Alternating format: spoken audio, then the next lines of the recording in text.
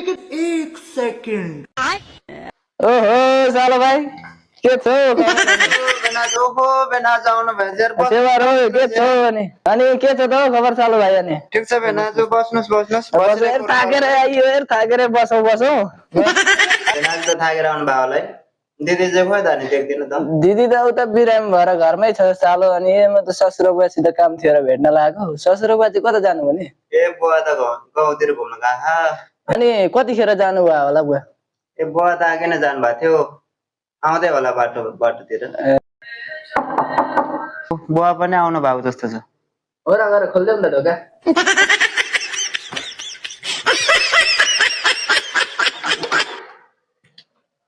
ओहो बुवा पो आउनु भएको रहेछ त म आए आज पनि मातेर आउनु भएको अलिअलि मातेको छु अब के गर्नु त यस्तै हो केटा अब तेरो आमा छैन छोरी आउनु यो ढोका लगाएका जुत्ता पनि भेनाजु आउनु भएको छ भेना आएको छ झन् त्यत्रो रसी नखानु भन्नु मान्दैन को भेना तेरो दिदीको बुढा हो त्यो अनि कता नि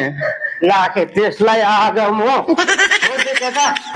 तेरो आमाले पनि छोडेर गयो त्यो तेरो दिदीले पनि छोडेर गयो भगाएर लगेको हो त्यसलाई आज टोइलेटमा त्यसलाई आज म राखेँ टोइलेटमा नि त्यसलाई आज म कक्राउँछु कहाँ छ खोइ तेरो भेना कहाँ छ देखा ओ ससुरा नमस्ते नमस्ते ज्वाइ के कति कामले आउनुभयो त ज्वाइ साहब अनि ओ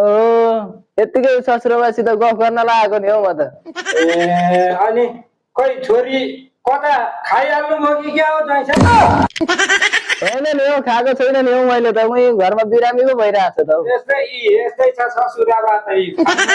ल बुवा बस्नु नि त गफ गर्न छ आउनु बस्नु अब बस्नु पनि खोइ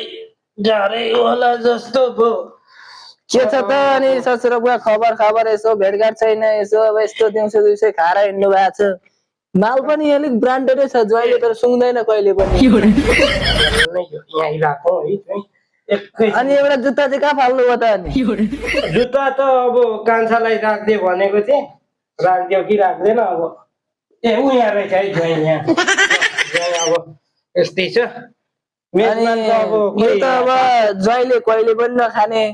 देखेपछि त फेरि कस्तो लाग्छ हौ मलाई ज्वाइ पनि खानुहुन्छ यस्तो अब खाँदिन त्यो अब यसो ससुरा बुवाको यस्तो ताला देख्दा त बजाउ कि अब